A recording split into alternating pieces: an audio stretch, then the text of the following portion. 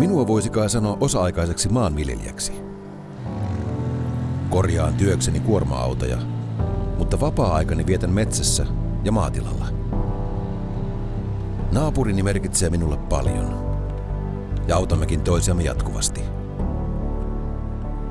Toisenaan vietämme lauantait yhteisten metsätöiden parissa.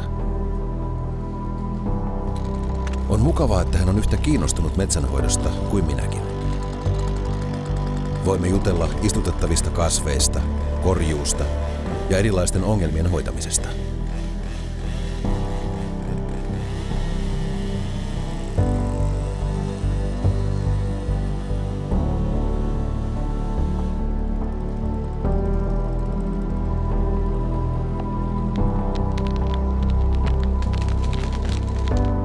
Tämä alue on kuulunut suvulleni monen sukupolven ajan, joten maasta huolehtiminen on minulle luonnollista.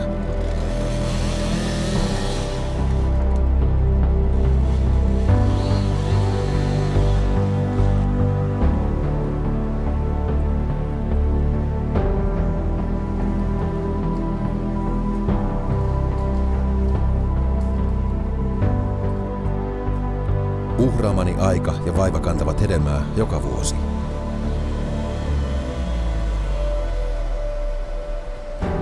Toivottavasti tulevaisuudessa myös lapseni kokevat asian yhtä tärkeäksi.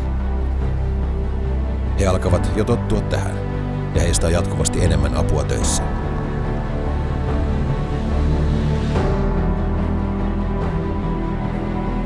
Metsätöissä keskityn usein kestäviin vaikutuksiin ja tulevaisuuteen. Työ on minulle henkilökohtaisesti arvokasta. Rahallinen hyöty on olematon. Teen parhaani tämän maapalasen hoidossa myös lasteni vuoksi. Tämä on heidän perintönsä.